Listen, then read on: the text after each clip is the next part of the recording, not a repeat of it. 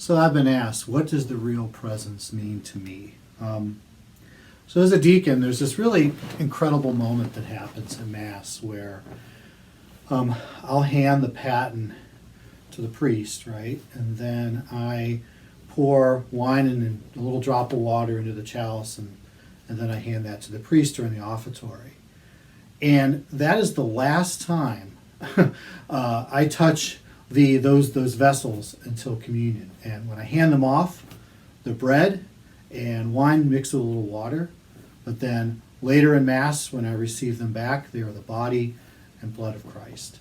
And the longer I'm a deacon, the more that moment is just a really special one of handing off ordinary bread and wine and water and then receiving back the true body and blood of Christ. And, you know, as a deacon in ministry, then being able to hand communion on to people as they come up for communion and seeing all the different ways people come up to communion, even just like how different people's hands are, bigger, smaller, hands that work wood or hands that type, all the different ways that we use our hands in the world, all those differences coming together to the altar to receive the real presence of the Eucharist. And then, in adoration, I think a deacon does is helps with adoration. And, going to the chapel, the Mercy Chapel, and seeing people, praying for hours at a time sometimes.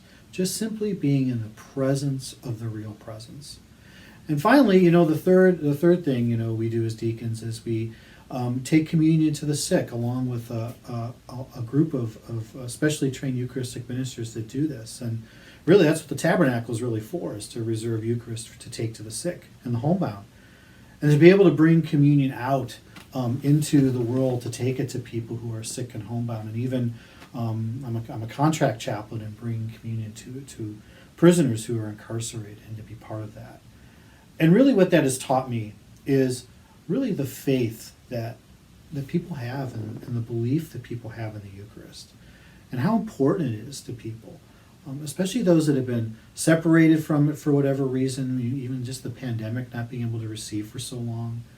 In fact, it was such an important thing that when my children are older now, but when my one son was younger and he was making his first communion, what I did is I took him on communion visits with me so he could see how much communion and the Eucharist meant to people. And he still remembers that. He's 18 years old now, and he still remembers that from when he was 7.